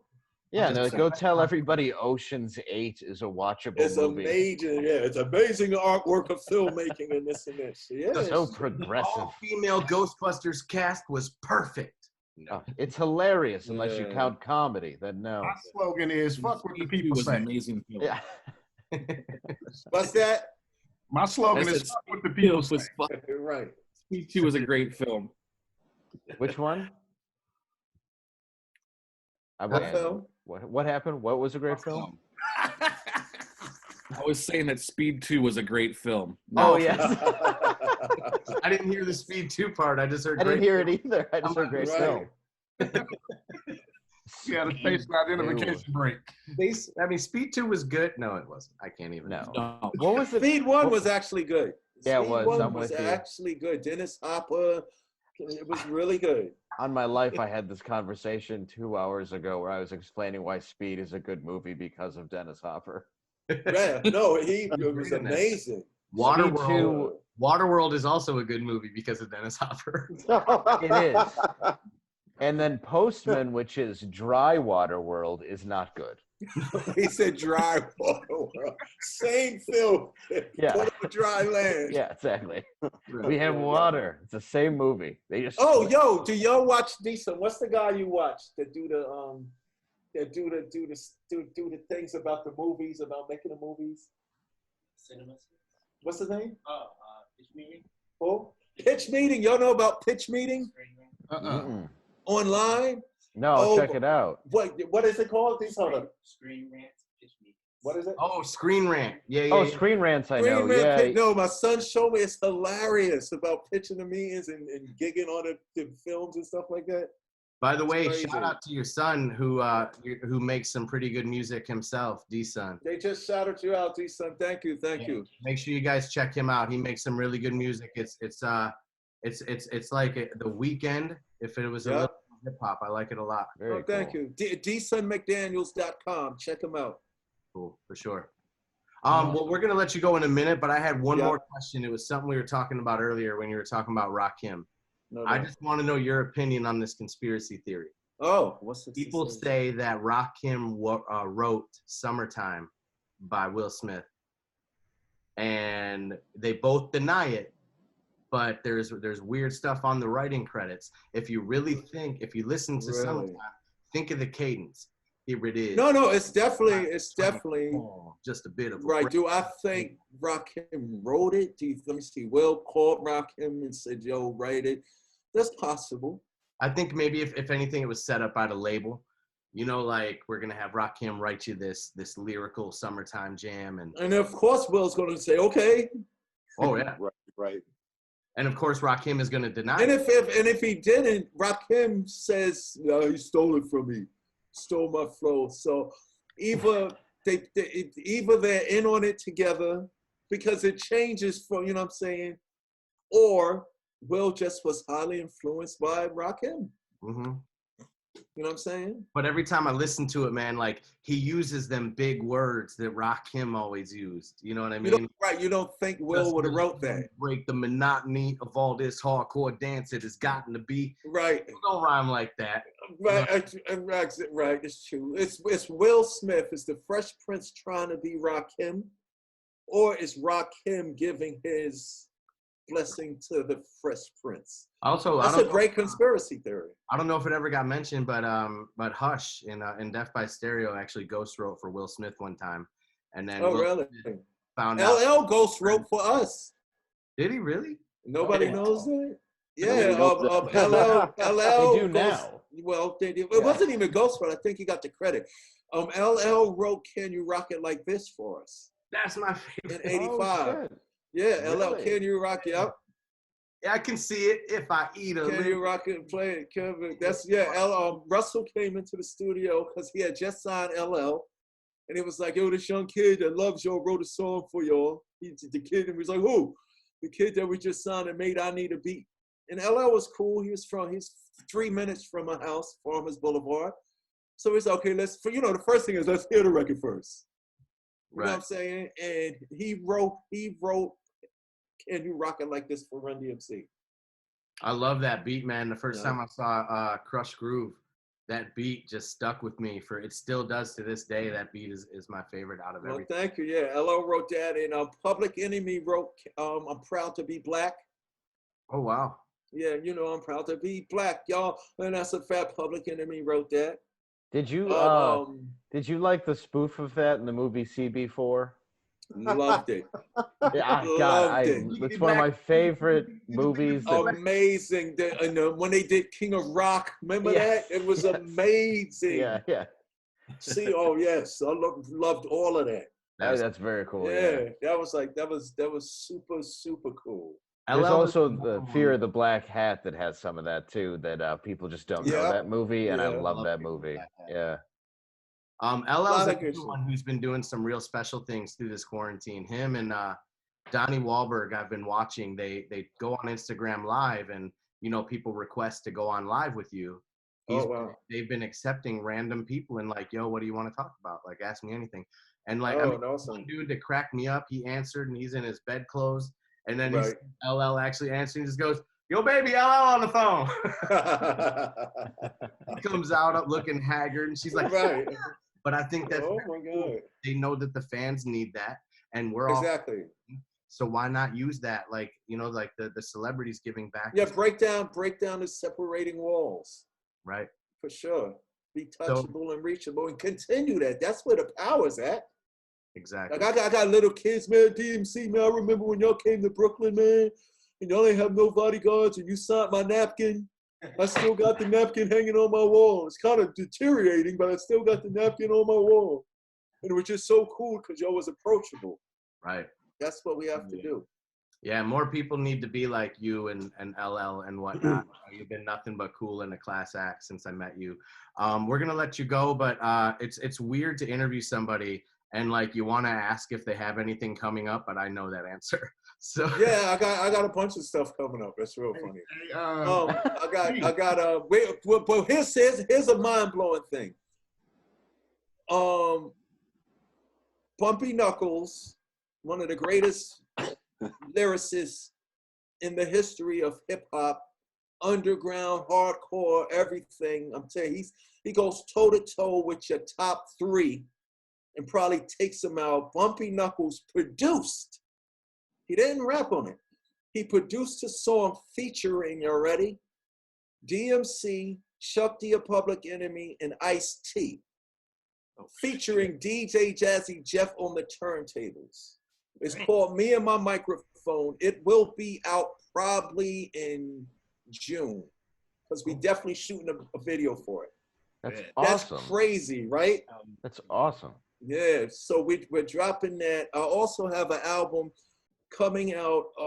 I'm doing this album called Dynamic Musical Collaborations, and it's with all my favorite classic rock, punk rock, and alternative rock music friends. So far I have Mick Mars from Motley Crue, Sammy Hagar, Joan Jett, Tim Armstrong from Rancid. I got to make a song with Dave Navarro. Who else I got on there? I got Chuck D, Ice-T. I got Travis Barker. I got Sebastian Bach. So this album is called, it's DMC, but the DMC stands for Dynamic Musical Collaborations. And if you want to know what the album's going to be like, it's tricky and Walk This Way on steroids. Yeah. Because it's just rock. Mick Mars is highly underrated. I don't think people realize how great that guy is because it's behind Motley Crue where, you don't always know their names, but exactly. Dude, he's a beast, man. No, he's you got someone like Nikki Sixx, bless his heart, who just wants his story to be the focus of everything. It's hard. Well, Nikki Sixx, he's cool people because Nikki, when I did the record with Mick, Mick says, don't worry, come to LA. I'm gonna make Nikki Sixx give us his studio. So we got the studio for free. Nice. But Dave, the crazy thing is, when we went in the studio, Mick was like, yo, let me warm up. And he can't move like he used to. Right. Because he has this bone disease or something like that. And he was even older than all them, even. Yeah, he's like the oldest one. So he's funny though. He was like, if you want to talk to me, you got to come stand in front of me because I can't turn to the side. So, he was lighthearted about it. But he said, okay, before I play, I got to get warmed up. So he goes into the booth and we sitting there in the control board and we looking at him through the window, through the glass and stuff like that. He said, give me a couple of minutes to get warmed up. So he starts warming up, right? He warmed up for like 20 minutes. This is a true story. When he finished warming up, everybody inside the control room was dripping with sweat because what this man did with that guitar was he put it up to his mouth, he played with his nose, he plucked it, he played with his pinky, he did all of this stuff. By the time he finished, everybody was sweating because that's how it was thrilling, it was dynamic, it was amazing, and that was just the warm-up. Then he said, now I'm ready to play. Yeah, it was one of the greatest rock experiences ever. That's what I mean. He's one of the best guitarists, and people don't realize it. I really am excited to hear that collaboration. Yeah, I'll make sure. Right now, we're just wait. It's a song. It's me, Travis Barker on drums, Mick Mars on guitar, and then we got Sebastian Bach. Big shout out to Sebastian from Skid Row, one of the greatest voices in rock and roll. We did the song Dirty. We did the song Black Betty over. Oh, Black Betty, Black Betty. So now we're just waiting to get it. Everything is live except we still have the keyboard bass line on there. So now we're trying to decide who's going to play the bass. So we're trying to decide, is it going to be Bootsy or Flea? And the joke is, everybody's going, Flea is going to tell you to get Bootsy. But Hey, that's Bootsy. what I'm waiting for. Go So Bootsy. dynamic musical collaborations is gonna come out a little bit later because we still gotta mix it and master it. But coming in May is called Me and My Microphone, produced by Bumpy Knuckles, featuring Chuck D, DMC, and Ice-T, featuring throughout the record, not just with 1 or 2 scratches, but DJ Jazzy Jeff performing throughout the whole song. This is gonna be the most fun thing ever. You know, real quick, I wanted to tell you at that Yo MTV Raps anniversary show, we knew that KRS-One was going to headline, and he came out, and Bumpy Knuckles and Fat Joe still hadn't come on stage. And I'm like, damn, Fat Joe and Bumpy Knuckles skipped out. They were his hype men. Oh, wow, that was performed with Fat crazy. Joe and Bumpy Knuckles as his hype to see how many Barclays hold. 30, 40,000? Yeah. That whole place, man. D, you know how I feel. You know that was the most beautiful moment of my life. Oh my goodness! All them people yelling "South Bronx!" Yeah, South Bronx. It was. That must have been crazy. It was nuts. One of the greatest trips ever. So, Rick, when DMC come to Detroit, you know I got to get on the grill. Yeah, man. It's good. Good deal. We're making it happen. That's what we're going to do. We're going to do that record. Come out to the release party, and we're going to do. I love y'all putting that little Bruce Lee in there before I drop. That's crazy. The second I What's heard your style? Man. My style is because it's what you've told me. He said, "As the art of fighting without fighting." Yep. That's kind of what you've taught me. You know. Yep. Exactly. But man, I appreciate you so much. We're gonna catch up with Dave real quick before we get out of here too. Yes, sir. So we won't keep you anymore. But stay safe, man, and bless you. And thank you so much for being such a great human being. DMC. And let me know, Dave, where you're going to be at, man. Once things get done, I definitely want to come see you so I can sit in the audience and you can talk about me. Please. Dude, I'd love to to talk about me all you want. You're cool with I'd it. love to have you on my radio show anytime, and especially when you're promoting your album. Let's I'm not going to get all my info from Dirty. I will. Thank you. Yeah, I'll give me. I'd love to. And I'll see y'all guys when I get to the D, y'all. Yes, sir. Yeah, man. Stay safe. Yeah. Many blessings to you and the wifey and family, and tell D again. I love his music. I'd love to get him on sometime also. Yeah, so hopefully, Dirty, I guess, hopefully we could do that album release party in June. That's what I'm hoping. I'm hoping sooner than later. You know what I'm saying? June, Right, July. Now I don't want to be talking next year. Right. That's not even in my mind. You know what I'm saying? Hoping sooner than later. That's where, I was telling somebody, I try to find the positive in everything. And I'm like, well, right. The good thing is I know D's schedule is probably a little more clear than usual. Right, exactly. I mean, look, push come to shove, even if a little restrictions is lifted, maybe we just go in a room and do it with, inside like a rehearsal studio and just give people 45 minutes of fun. You know what I'm saying? There's so many possibilities. Real dope. Yep. I could set that up for sure. Okay. All right, man. Thank you so much. You have a good night. Thanks, guys. I'll see you soon. You sound like a transformer right now. Thanks, D. Oh, wait. D, don't go. Yeah. I want to get a screenshot picture of all of us. So everybody can put your best smile real quick. Or your coolest pose. Y'all ready? Yep. Got it. Cool. All right, man. All right, y'all. All right, see you later, Dave. See you later. Nice to meet you, man. Take care. Can't wait to see you in person. Likewise. Everybody's shit breaking up. Oh yeah. All right, Dave. So, man, that was awesome. That I thank you for including me, guys. I really appreciate it.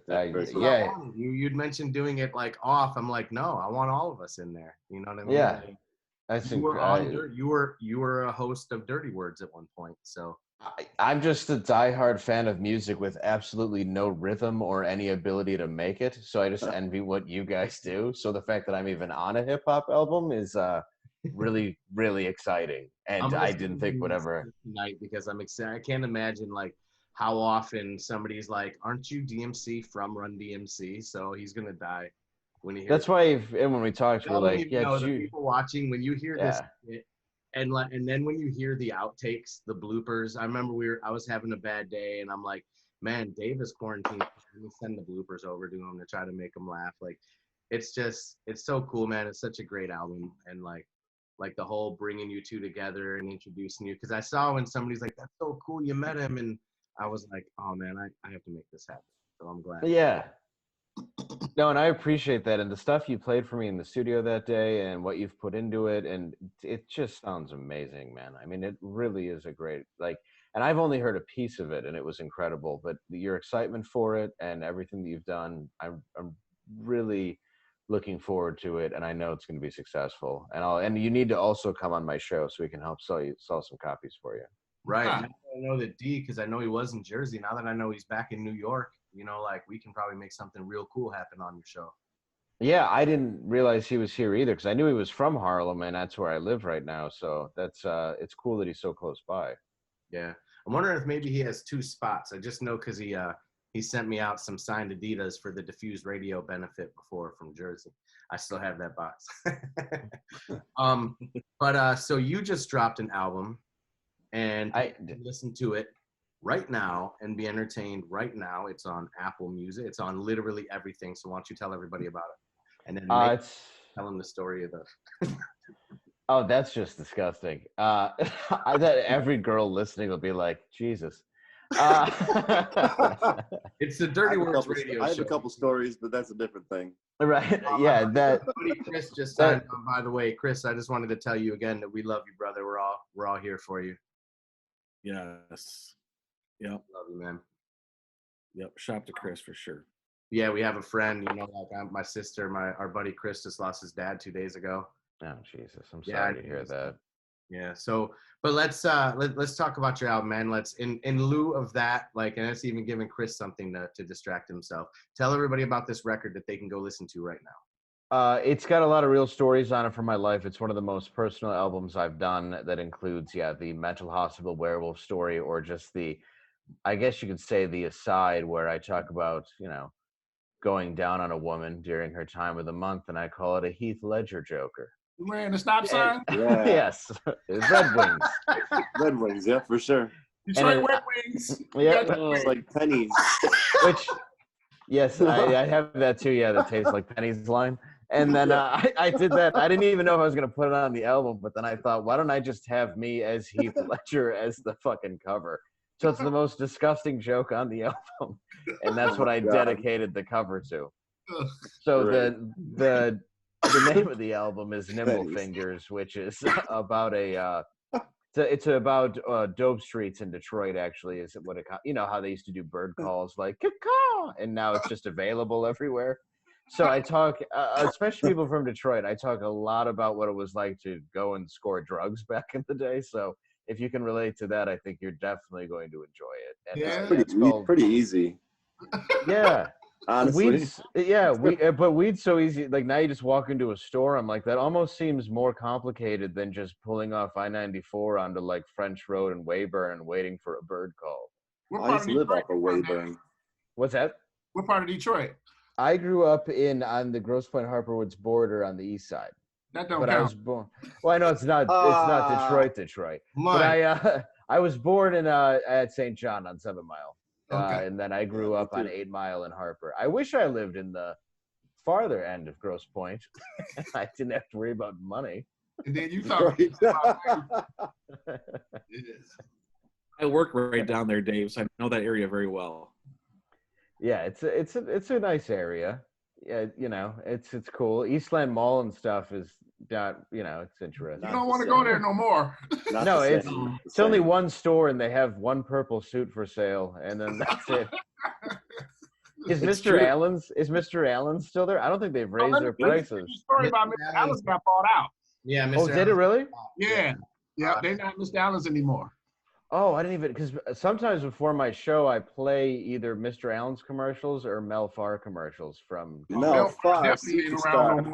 Mel Farr is the best because he's like, I'll get you a sweet deal of 11% APR financing. Yeah, and if you drive in his car and don't pay your note, he'll hit that switch and your shit will stop. It shut it off.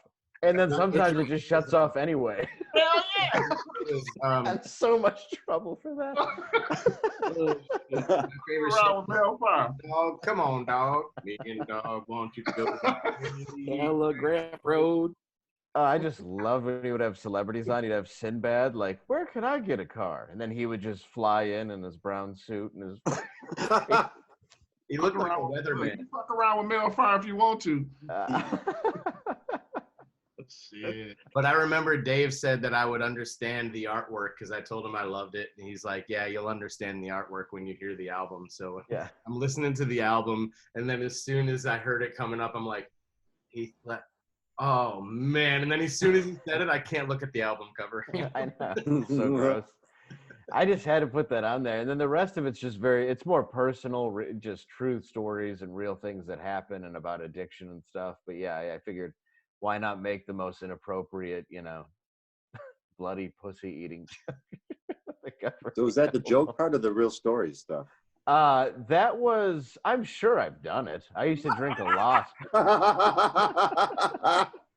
I mean, I can't say I'm no Weinstein, but I just had to ask because sometimes you're like, is that my blood? I don't. Yeah. It's like. Yeah, that's the worst. Oh, shit. That's the worst because if it's a dude's blood, you're like, I'm very sick. Oh. Hope he bought you dinner. Yeah, I just had tuberculosis. So Jamie, now you have another idea for your new lady. Jamie, listen, hold on. Let me introduce this. Jamie's got real quick. Before we get too far from the album, I don't know if I want to talk about this on the air, my man. We'll skirt around it. We'll speak. We'll use fictional. I don't want to talk about this. We'll just use words that'll explain it. But if you can find it on Dave's. Cool. My mom's listening, possibly. So please be careful. I'll be totally serious right now. So don't get too. What's your mom's name? It's not Peg. Oh. Let's hope the story's not about getting pegged. No. Hey, I've said this. No, I'm not going to say that. No. So, anyways, it's called Nimble Fingers. The album is okay. The album is Nimble Fingers. The album is called it's not B-sides a Two Knuckle Shuffle. Sorry. I kind of wish it was. Hey man, whatever, right? Who cares? I'm down. At this point, have fun, Yeah. Oh, do your thing, man. God, do your fucking thing, Rick. Do it if it makes you feel good. That's all I gotta say. No matter what it is. That's one of my makes you happy to have with you because I'm fucking kidding 95% of the time. There's just like a little concern of like, don't do it during quarantine.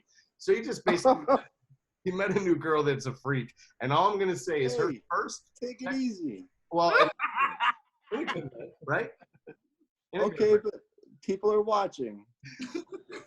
I thought you said go ahead. But not. You're like, hey, blah blah blah, and this and that. It's like, oh, well, that's like.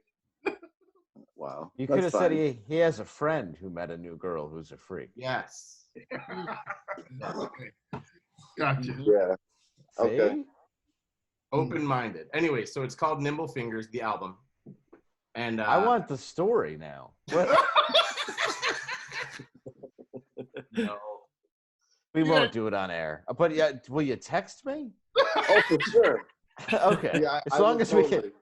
Yeah, I don't want to. We'll FaceTime. So Yeah. there's motions I have to explain. There's things I gotta sometimes go inside with. Remember, I've admitted that I wanted to bang a hot midget on this show at one point. So. Oh, my parents are dead. I can do anything. It's great. Talk about a silver lining. It's just like, I have nobody to disappoint anymore except my son. He's only 5, so he's not listening. Not to the motherfucker in here. Yeah. And once he sees that album cover and figures out what it was, he will be disappointed. True. That's my favorite part on the so on this skit. It's a routine where I'm sounding like a douchebag and I'm like, man, that's DMC from Run DMC. And then Dave's like comes at me completely sarcastically like like, I thought you meant DMC from TLC. Yeah. So Because even when you told me, you were like, "Hey, Dave, do you want to be on a sketch with DMC from Run DMC?" I was like, "Yeah, thanks for clearing that up. I wasn't sure who it was at first, but now that you've explained it, it's DMC from Run DMC." Like, it's just, yeah, I know who he is. So I had to like look at this dude while we did it in the studio and basically not pantomimed it, but freestyled it. Yeah. For the most part. And it was super tough. And then he ended the thing with the way that Kevin Sharp, by the way, shout out to, I haven't given him a shout out yet. Shout out to Native Keys for his production on this album. Incredible production. And shout out to Kevin Sharp for recording it. But the way we didn't know when it was good. I'm sorry, I didn't mean to interrupt you. The way Kevin pieced together the skit was crazy because I was like, how did you even find Cran? Dave's like, I got a kid. And then later at a different point, he said, do you still sell crack? But Kevin put that together. He's like, I got a kid. Do you still sell crack? I was like, I hope Dave likes this. I will love it. Well, and it was funny because we kept doing shit for like 20 straight minutes, and he's like, I have more than enough, guys, because he was laughing the whole time. So as long as the dude in the booth was laughing, I'm like, I know this is gonna work. So I'm glad that he liked it and pieced it together. So I'm looking forward to hearing the whole put together production. But yeah, if you want to check out my album, it is Nimble Fingers, Dave Landau, Landau. It's available on everything, Spotify, Apple, Amazon, whatever you want to listen to it on. So you can steal it, I'm sure, somewhere. Whatever. Just listen. No, I'm buy the album. It's worth it. Yeah, buy it. I didn't have the money in the account on day one. I listened to it, and then actually I bought it from your site digitally. That's how I got the physical copy, not the physical copy. Thank you. I'm gonna support you, Dave. Your name of the album kind of goes along with some stories of mine. So, yeah, Nimble Fingers. So I could FaceTime you and give you some stories. Yes, for sure. Yeah. But it's such a good album. I'm so proud of you, man. It was so good. Thank you. So blessed to have you on my album. It's like all my favorite people, man. It's like I did radio to do this album. I know that sounds weird. I've been smoking a lot, but I like all the people I met through radio have been involved in some fashion, and I think that's awesome. No, I appreciate you, and thanks for having me on today. I got to pee, so I'm gonna bounce. I do too. I got to pee too. Yeah, we're gonna go ahead and wrap it up. We went longer than 2 hours, which is cool. We had D on for about an hour. That's fucking rad. Yeah. I appreciate it, man. Let's please do it again sometime, guys. That'd be awesome. Definitely. I got a story. You can join us every week for this if you want. Shit. Dave, I might have to. Yeah. I got a story to tell you. The other day I was on my way to work. Yeah. On 696, and I hit a fucking raccoon, and it tore up my fucking car. I'm sorry, I don't know why I laughed. I know. Do I laugh at that? It's so good. But I do like it. Is it fun though to watch? Like, I do like the videos now because you see them in New York. People are like, "Is this really Detroit?" There's deer everywhere in the hood. Have you seen these videos? There's everything everywhere in Detroit. Shit. Yeah, I know, but it's like they all came out there like, all right, where are we? Like they just. Well, they really out now because the people are in the house. Exactly. So now, yeah, you're just killing shit on the highway. Yeah, all the deer we had out of Belle Isle, they gone. Oh yeah. Well, I think that happened a while. I think somebody drowned them to save some money. No, they killed them and cooked them. Yeah, they did. One day they had a zoo, and then one day they didn't. Just banned landscaping, so now you're going to see these animals walking around overgrown Detroit, and it's going to look just like I Am Legend, because that's going to help us feel better. Yeah, that's what the fuck ran into my car, bastard. Yeah, exactly. Yeah, it's going to look like Detroit. I don't know, 10 years ago. Oh. It's just taking us back, I guess. It's gonna be that. Yeah, it's not gonna be that different. It's not gonna be like, oh, remember when the Packard plant was there? It's gonna be like that. It just looks like it did before they made downtown nicer, sort of. And have a bunch of throwback parties. Hey, let's bring back St. Andrews on Friday nights. Oh my God. Good. Love X. Oh God! All right, thank you guys all so much, man. That was a really good show. Thank you. See you later, guys. I'll talk to you on another day, Dave. If you want to, come back next week or whatever, we'll figure it out. Sounds good. And then, Later, guys. yeah, you guys have a good night. I appreciate you guys. It was a great show. Later, man. See y'all next week. Bye.